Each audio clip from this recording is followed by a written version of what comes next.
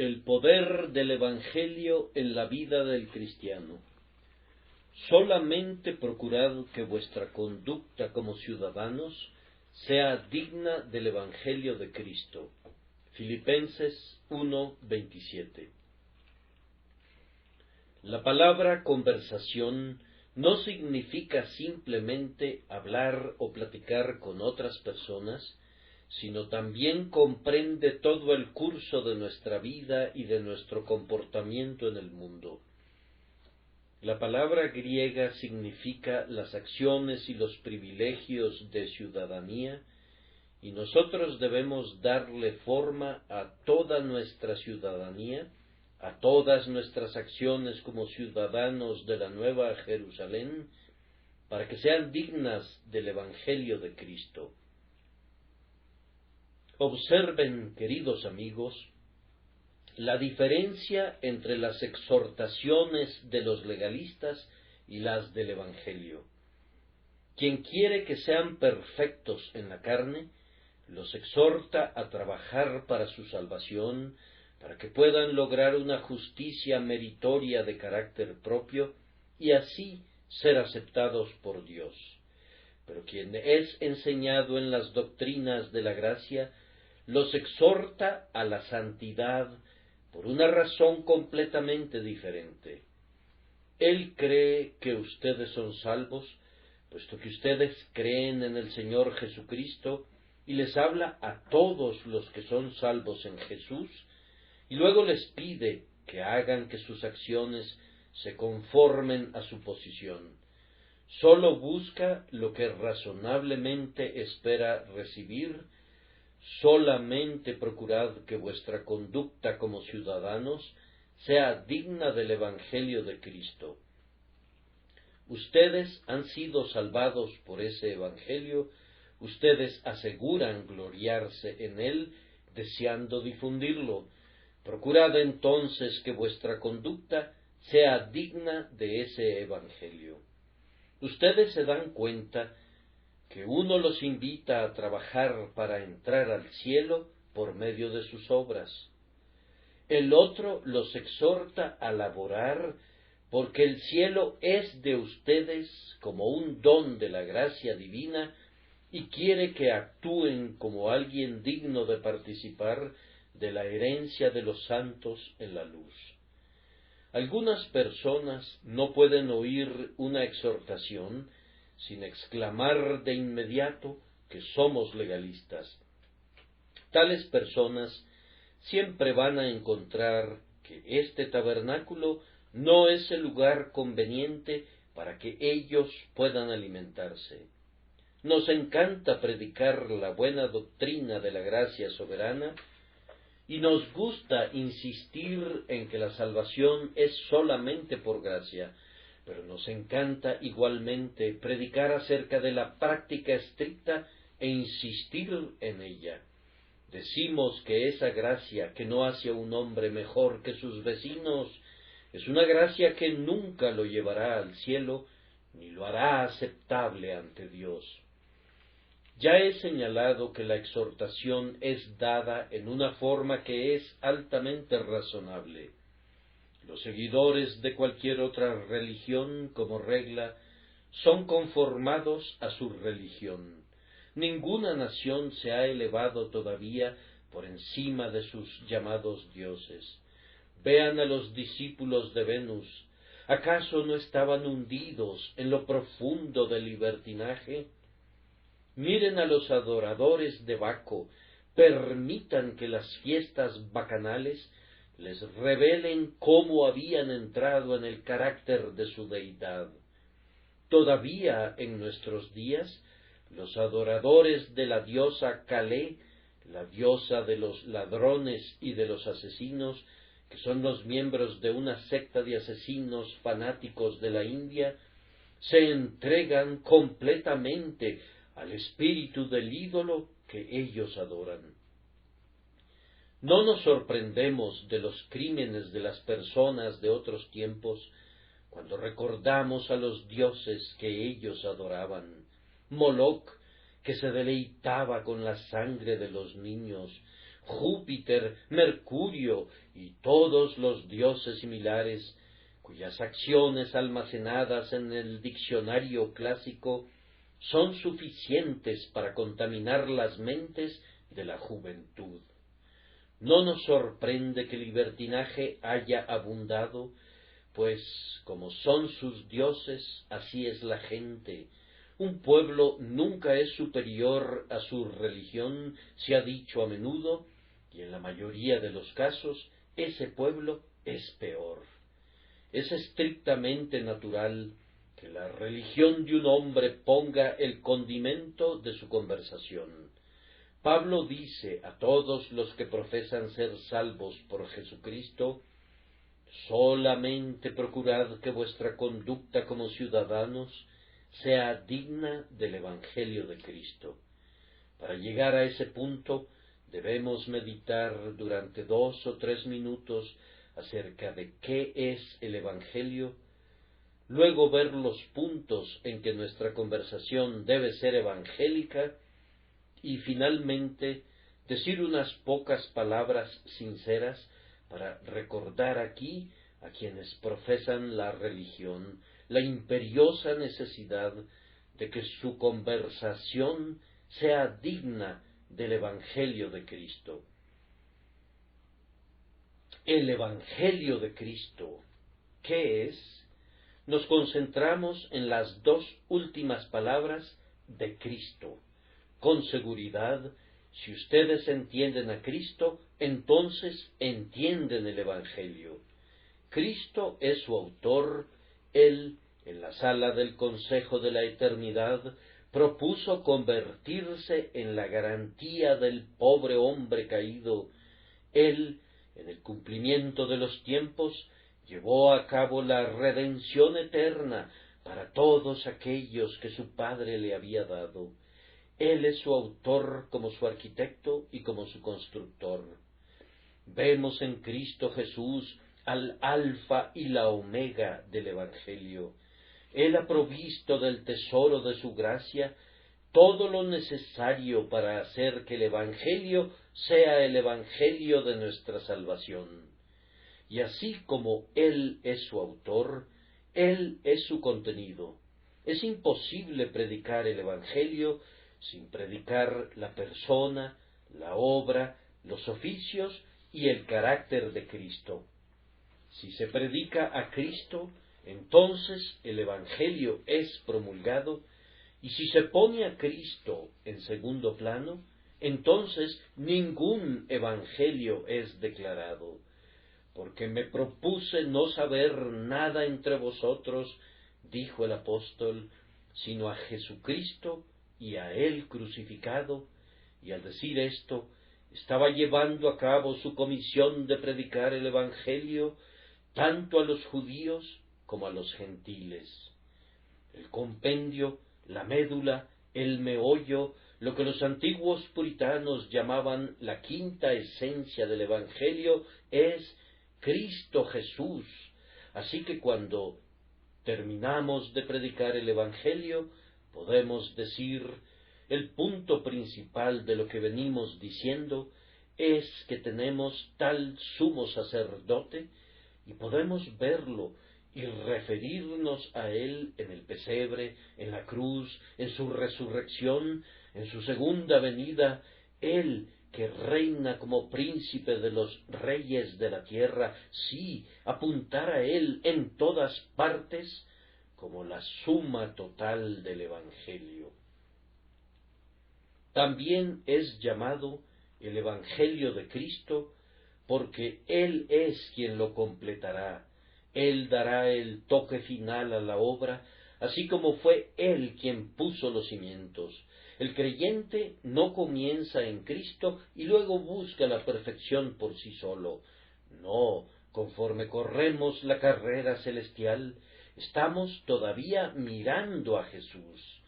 Como su mano arrancó al principio el pecado que tan fácilmente nos asedia y nos ayudó a correr la carrera con paciencia, así esa misma mano sostendrá la rama de olivo de la victoria, que luego formará parte de la guirnalda de gloria que pondrá alrededor de nuestra frente. Es el Evangelio de Jesucristo, es su propiedad, da gloria a su persona, es dulce con el sabor de su nombre. Por todos lados muestra las huellas de sus dedos artísticos. Si los cielos son la obra de los dedos de Dios, y la luna y las estrellas existen por su mandato, lo mismo podemos decir de todo su plan de salvación. Absolutamente todo él, gran Jesús, es tu obra, y por tu mandato se mantiene firme.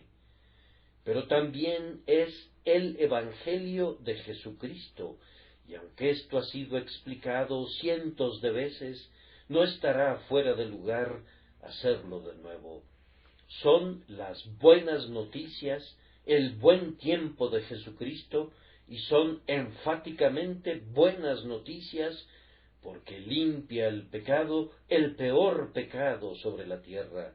Mejor aún, barre con la muerte y el infierno.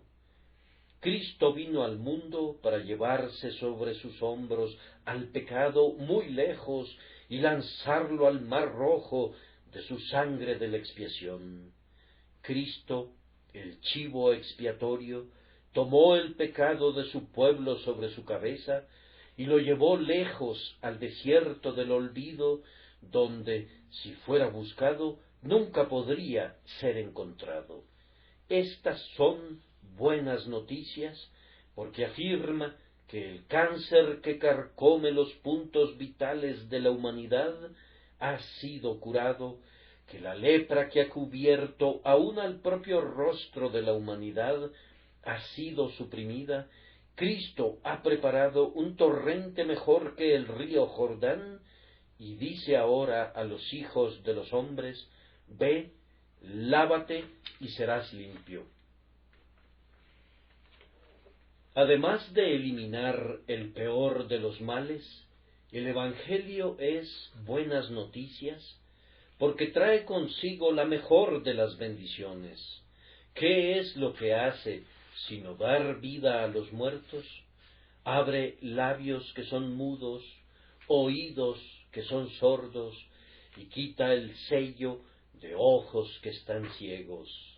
¿Acaso no hace de la tierra la morada de la paz? ¿No ha cerrado las puertas del infierno para los creyentes, y no ha abierto las puertas del cielo a todos aquellos que han aprendido a confiar en el nombre de Jesús? Buenas noticias. Esa palabra buenas tiene un doble significado cuando se aplica al Evangelio de Jesucristo. ¿No podían tener mejor ocupación los ángeles cuando fueron y lo anunciaron? Y dichosos los hombres que se dedican y se desgastan en la proclamación de tan buenas noticias de gran gozo.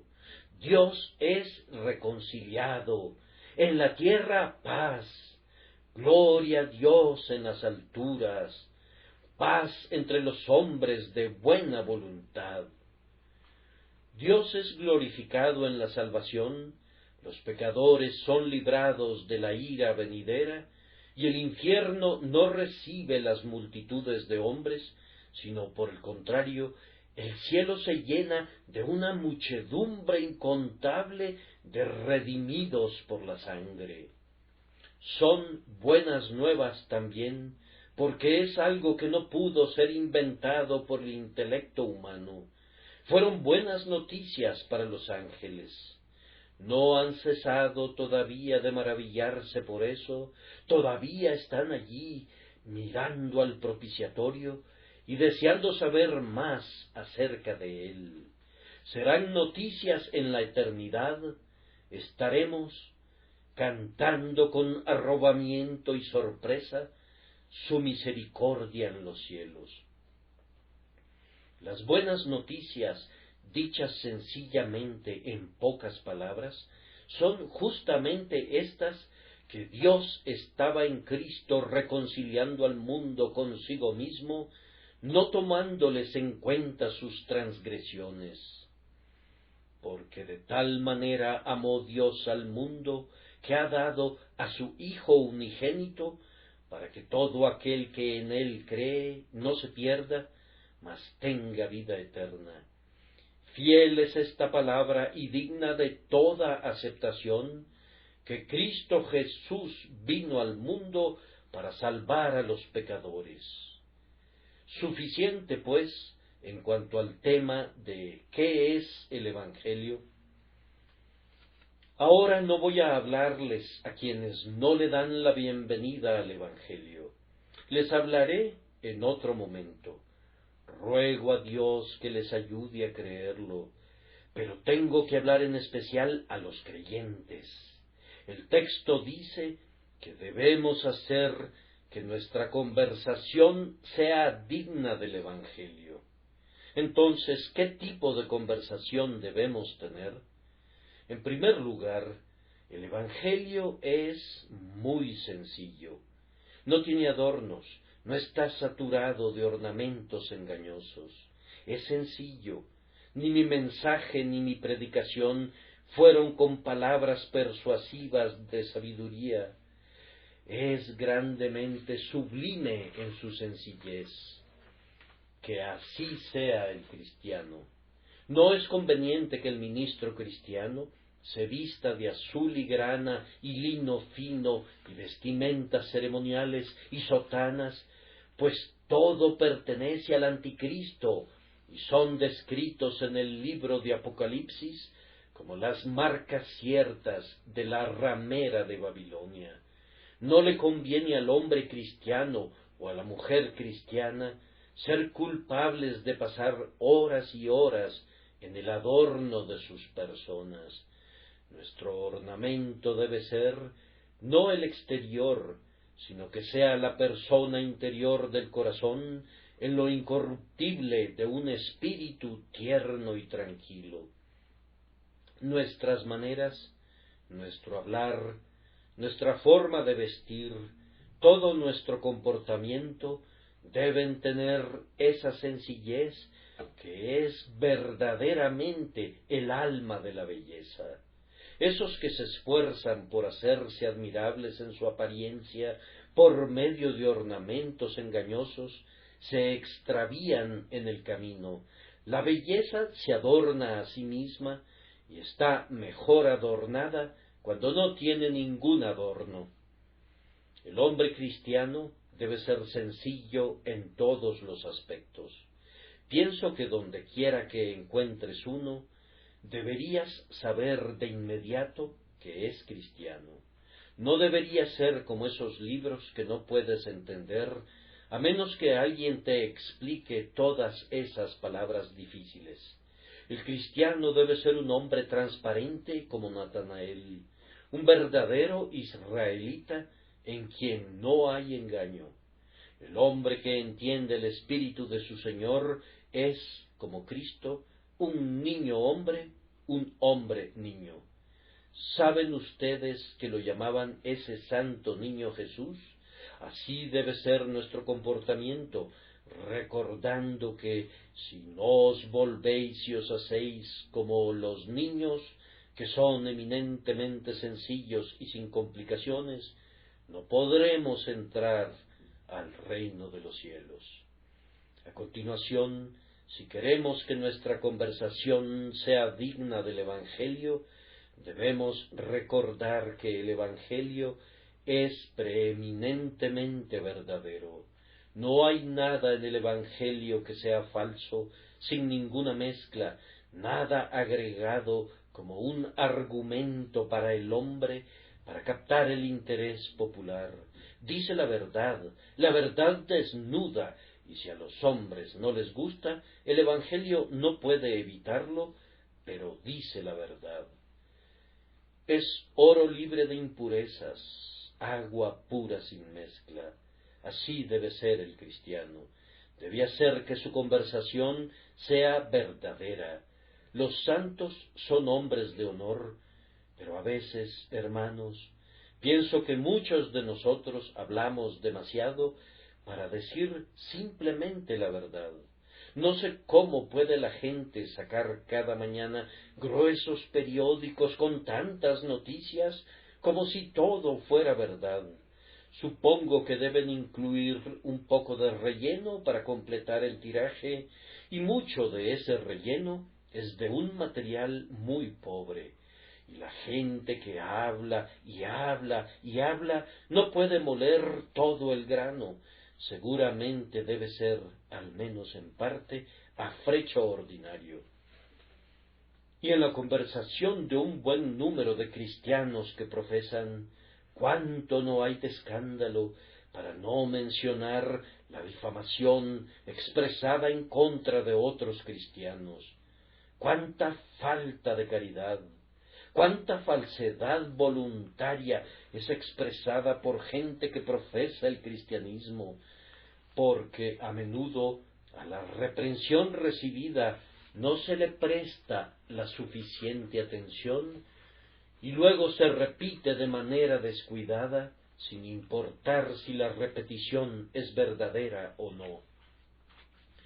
Los labios del cristiano deben conservar la verdad cuando la falsedad se derrama de los labios de todos los demás hombres. Un cristiano no necesita hacer un juramento nunca, porque su palabra es tan buena como un juramento.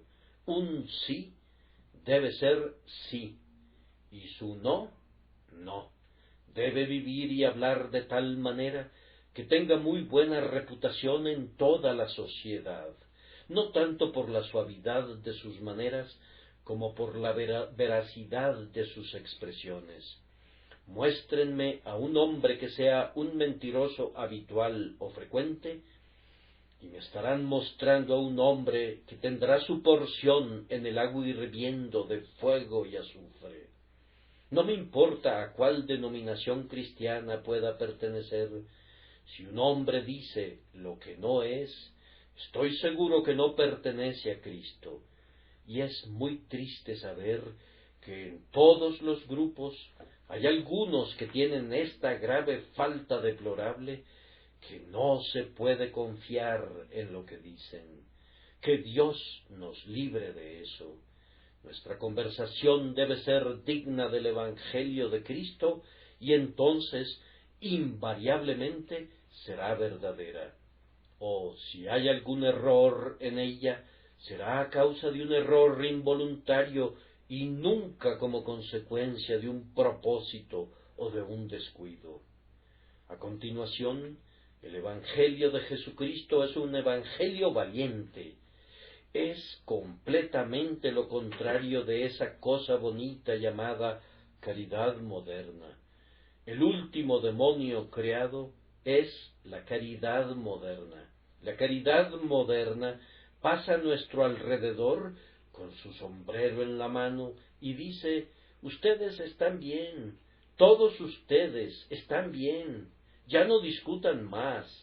El sectarismo es una cosa horrible, desháganse de él, desháganse de él. Y así trata de inducir a todo tipo de personas a guardarse una parte de lo que creen, a silenciar el testimonio de todos los cristianos sobre aquellos puntos en los que tienen diferencias. Yo creo que esa cosa llamada sectarismo en nuestros días no es otra cosa que honestidad verdadera. Sé un sectario, mi hermano, sé profundamente sectario. Quiero decir con ello, mantén todo lo que ves que está en la palabra de Dios y hazlo con firmeza y no renuncies ni siquiera a los pequeños fragmentos de la verdad.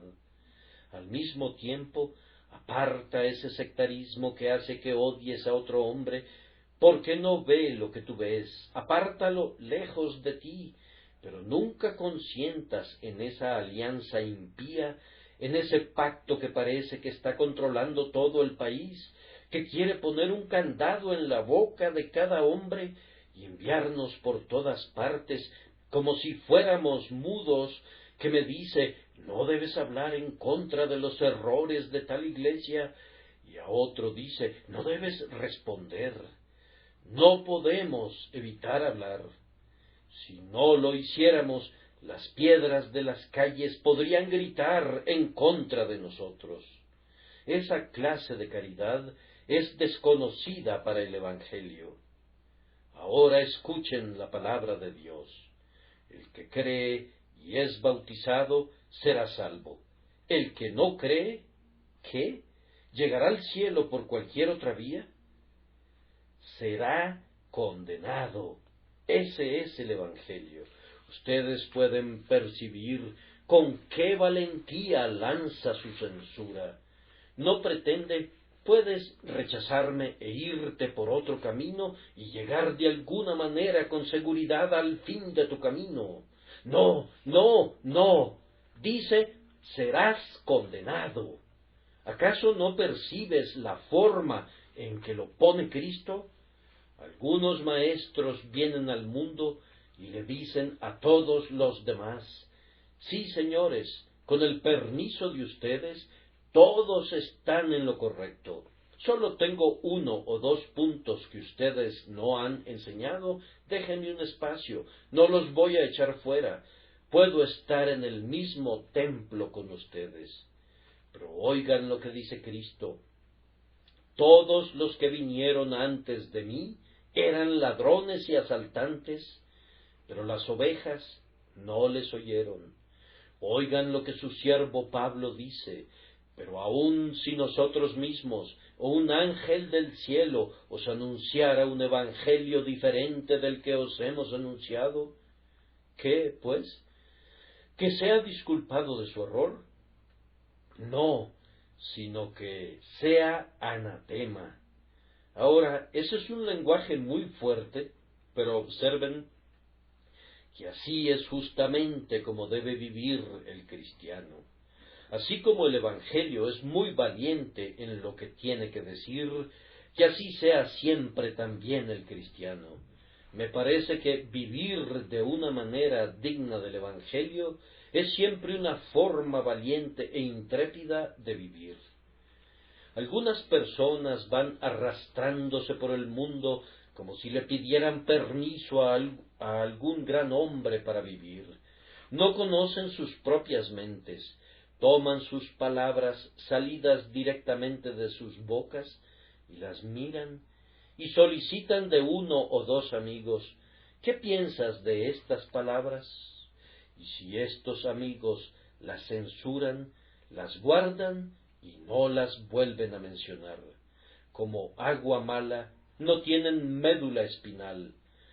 Ahora Dios ha hecho que los hombres caminen erectos, y es una cosa noble que un hombre se pare derecho sobre sus pies, y es todavía una cosa más noble que un hombre afirme que en Cristo Jesús ha recibido esa libertad que es verdaderamente libertad, y por lo tanto no será esclavo de ningún hombre.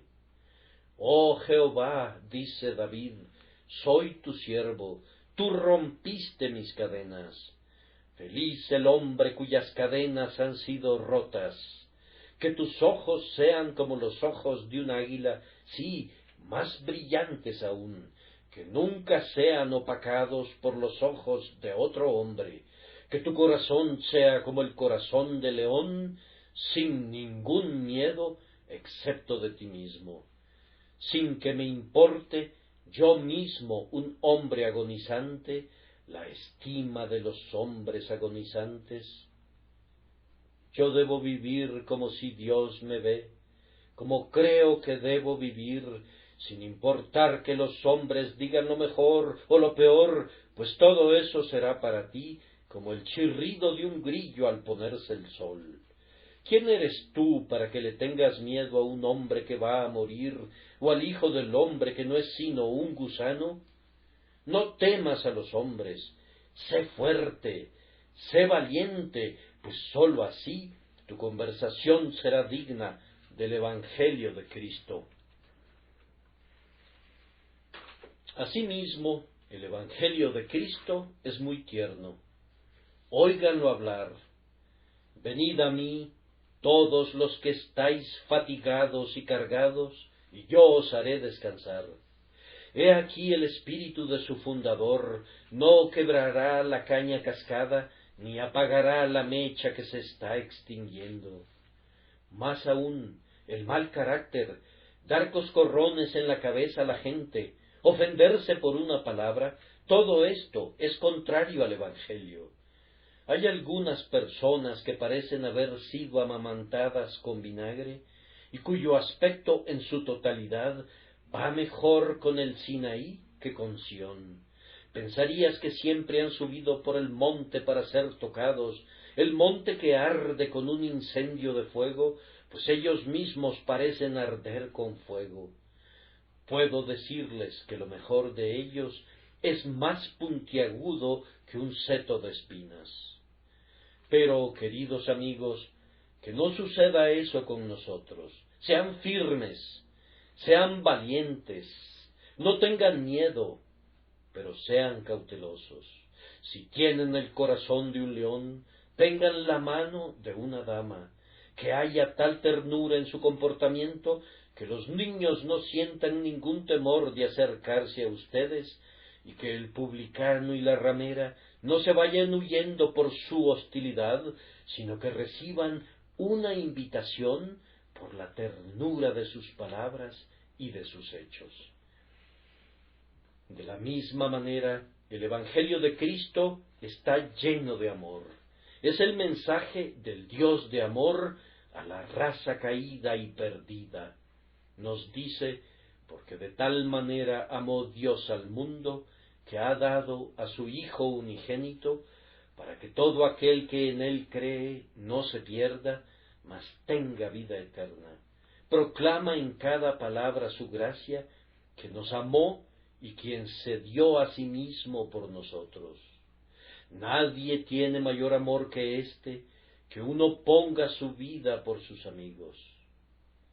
Esta misma mente que estaba en Cristo Jesús debe morar ricamente en nosotros. Su último mandamiento a sus discípulos fue: que os améis unos a los otros.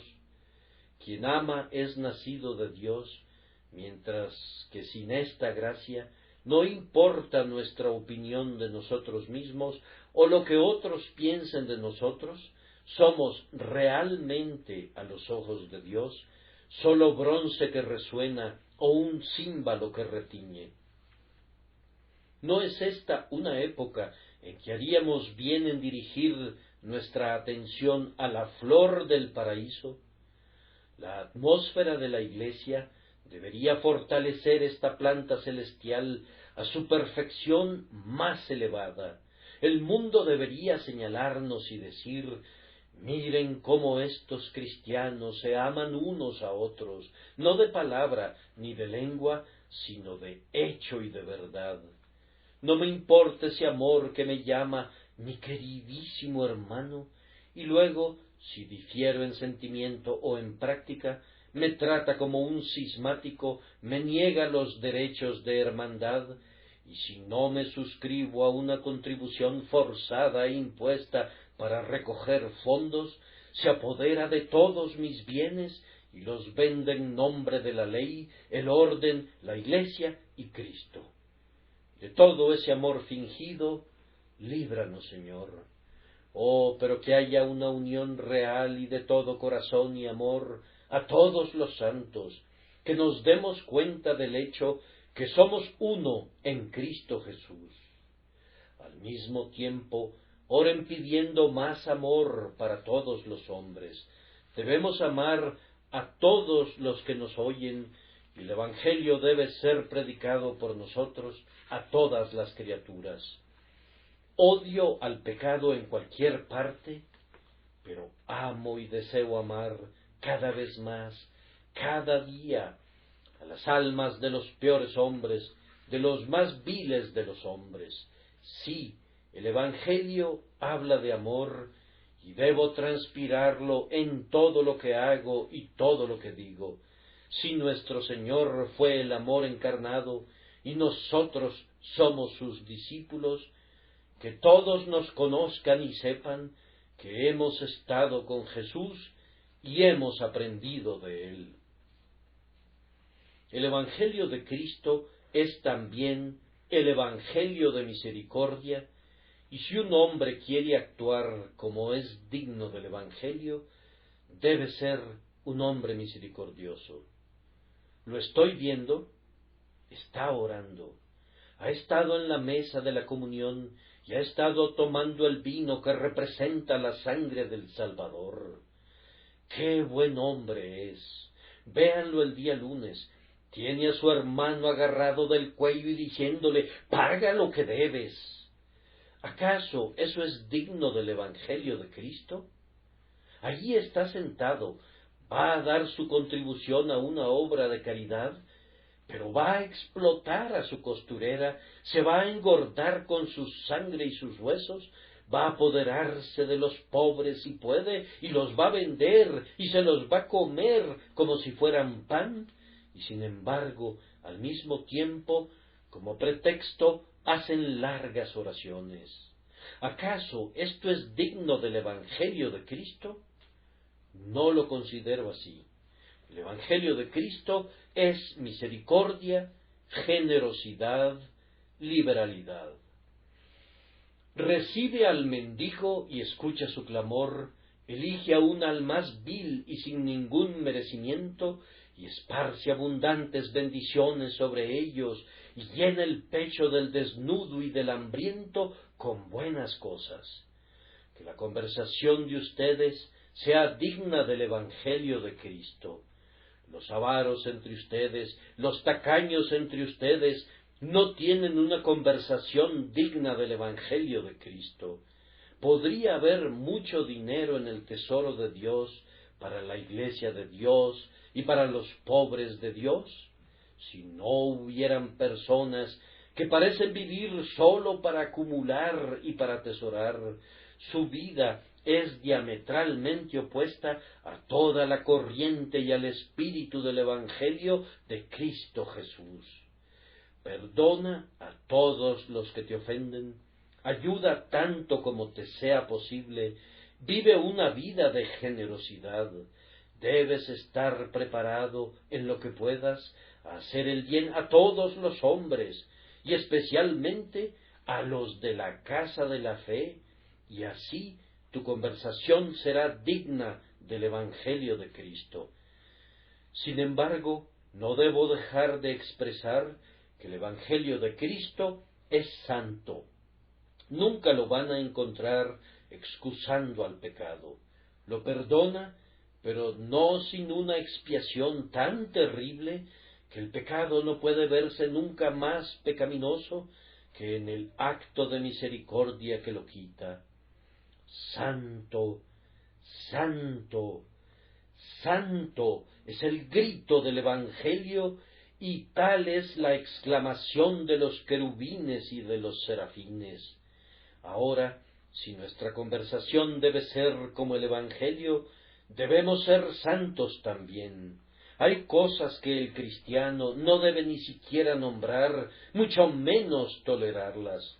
Los peores vicios son para el cristiano cosa que deben esconderse detrás de la cortina y ser totalmente desconocidas.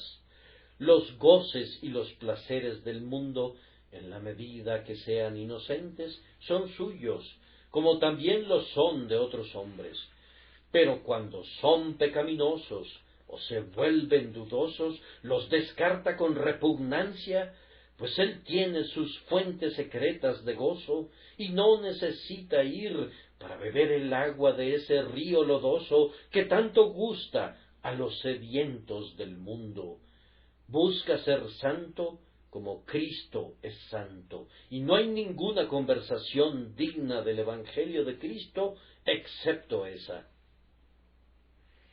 Queridos amigos, podría continuar así, pues el tema es muy amplio, y sólo me detengo porque desafortunadamente para mí, aunque tal vez felizmente para su paciencia, mi tiempo se ha terminado.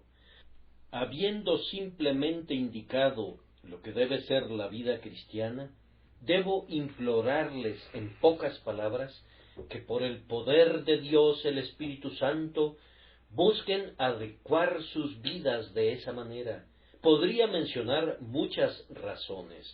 Solo voy a darles una o dos. La primera es, si no viven una vida así, harán que sus hermanos, que son inocentes de su pecado, sufran. Este debería ser un motivo lo suficientemente poderoso. Si un hombre pudiera deshonrarse a sí mismo y llevar la culpa él solo, podríamos tolerarlo, pero no puede ser así. Digo, Señor, que si te ven intoxicado, o si saben que caes en un pecado de la carne, vas a convertir la vida de cada pobre jovencita en la iglesia más difícil de lo que ya es, y cada joven que tiene que soportar la persecución sentirá que has puesto un aguijón en las flechas de los impíos que de otra manera no tendrían municiones. Pecas en contra de la congregación del pueblo de Dios. Sé que hay algunos aquí presentes que tienen que sufrir mucho por causa de Cristo. La burla suena en tus oídos desde la mañana hasta la noche, y aprendes a soportarlo virilmente, pero es muy difícil que te puedan decir, mira fulano de tal, es un miembro de una iglesia y mira lo que hizo. Todos ustedes son un grupo de hipócritas.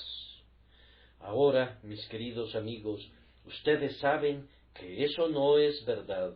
Ustedes saben que hay muchas personas en nuestras iglesias de quienes el mundo no es digno. Los excelentes, los devotos, los que se asemejan a Cristo, no pequen entonces en razón de ellos para no afligirlos y vejarlos cruelmente. Asimismo, ¿acaso no ven cómo hacen sufrir a su Señor, puesto que ellos no solamente dejan sus pecados en la puerta correspondiente, sino que afirman que eso resulta de su religión? Si ellos imputaran la necedad al necio, no me importaría, pero ellos la imputan a la sabiduría que debió convertir al necio en sabio si hubiera podido aprender.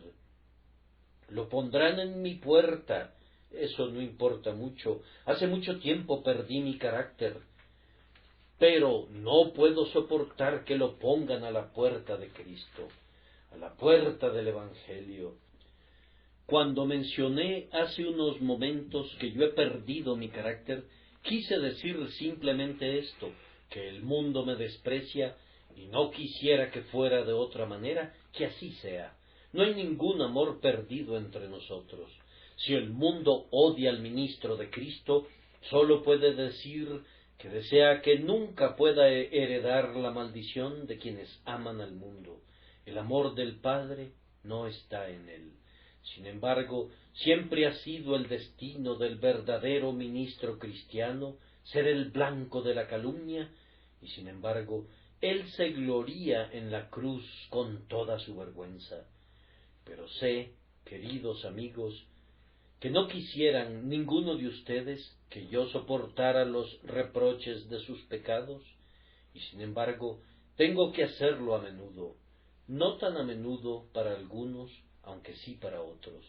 Hay personas a quienes debo decirles, aun con lágrimas en mis ojos, que son los enemigos de la cruz de Cristo, y algunos otros a quienes arrebatamos del fuego, odiando hasta la ropa contaminada por su carne, pero que acarrean un triste deshonor sobre nosotros, sobre el ministerio, sobre el Evangelio y sobre el propio Cristo. ¿No quieren hacer eso al menos? Espero que no. Entonces, que su conversación sea digna del Evangelio de Cristo. Y luego recuerden, queridos amigos, que a menos que su conversación sea así, derribarán todo el testimonio que han dado acerca de Cristo. ¿Cómo pueden creerles sus alumnos de la escuela dominical cuando ven que sus acciones contradicen su enseñanza? ¿Cómo pueden sus propios hijos en el hogar creer en su religión cuando ven la impiedad de su vida? Los compañeros trabajadores de la fábrica No podrán creer en su asistencia a reuniones de oración cuando los ven caminando de manera inconsistente en medio de ellos. Oh, la gran cosa que la Iglesia necesita es más santidad. Los peores enemigos de la Iglesia no son los infieles. Realmente uno no sabe quiénes son los infieles en nuestros días. Son tan insignificantes, son tan pocos, que uno tendría que salir de cacería para encontrarlos. Pero los peores enemigos de la Iglesia son los hipócritas, los formalistas, los que profesan solamente de palabra, los que siguen de manera inconsistente su camino. Ustedes, si hay algunos aquí presentes, derriban los muros de Jerusalén, abren sus puertas para que entre el enemigo, y en lo que a ustedes respecta, ustedes sirven al diablo. Que Dios los perdone, que Dios los perdone, que este atroz pecado les sea lavado, que sean traídos en humildad a los pies de la cruz, para aceptar la misericordia que al menos hasta ahora ustedes han rechazado. Es molesto pensar cómo hay personas que se atreven a permanecer como miembros de iglesias cristianas y aún apoderarse de un púlpito cuando están conscientes que su vida privada es detestable. Oh, ¿cómo pueden hacer eso? ¿Cómo es posible que sus corazones se hayan vuelto tan duros? ¿Qué? ¿Acaso el diablo los ha hechizado? ¿Ha logrado el diablo que dejen de ser hombres para convertirlos también en diablos? Que se atrevan a orar en público, tomar la Santa Cena y administrar las ordenanzas, mientras sus manos están sucias y sus corazones no están limpios y sus vidas están llenas de pecado. Los exhorto a aquellos cuyas vidas no sean consistentes, que renuncien a su profesión, o de lo contrario, vivan sus vidas como debe ser, porque el Espíritu Eterno, que todavía tiene su aventador en su iglesia, aventará la paja y dejará solamente el buen trigo dorado sobre el piso. Y si ustedes saben que están viviendo en algún pecado, que Dios les ayude a lamentarlo y a odiarlo, y que vayan a Cristo con ese pecado de inmediato, que se acerquen, le laven sus pies con sus lágrimas, que se arrepientan sin ningún fingimiento, para comenzar de nuevo, en su fuerza, una nueva vida que sea digna del Evangelio. Me parece que oigo a alguna persona impía que dice: como yo no hago ninguna profesión de fe, yo estoy bien. Ahora bien, escúchame, querido amigo, escúchame. Tengo una palabra para ti. Un hombre es presentado ante los magistrados y dice: nunca he afirmado que soy un hombre honesto. Oh, dice el magistrado, entonces te condeno a 6 meses de cárcel, pues ven que es un villano descarado.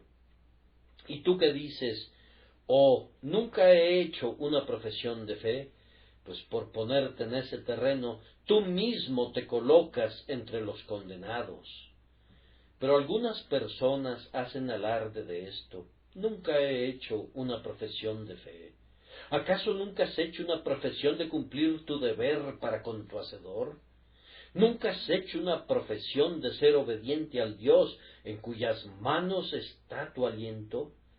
¿Nunca has hecho una profesión de ser obediente al Evangelio? Pues entonces tu juicio será muy corto, tendrá muy poca duración cuando seas juzgado al fin. No se necesitarán testigos, pues nunca hiciste una profesión, nunca pretendiste ser justo.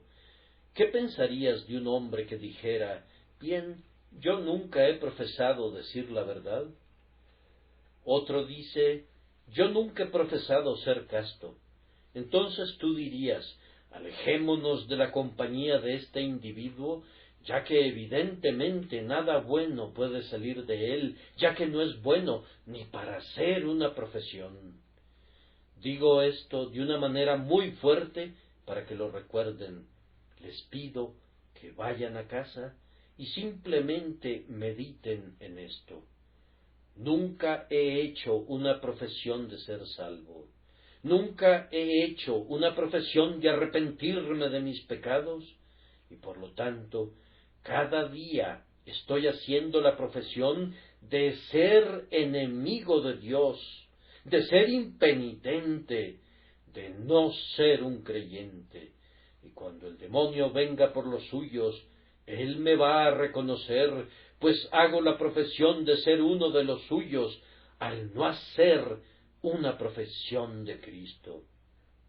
El hecho es que le pido a Dios que nos traiga a todos aquí, primero para ser de Cristo y luego para hacer una profesión de ello. Oh, que el corazón de ustedes pueda ser lavado con la sangre de Cristo y luego, habiéndole dado ese corazón a Cristo, darlo al pueblo de Cristo. El Señor bendiga mis palabras por Cristo Jesús. Amén.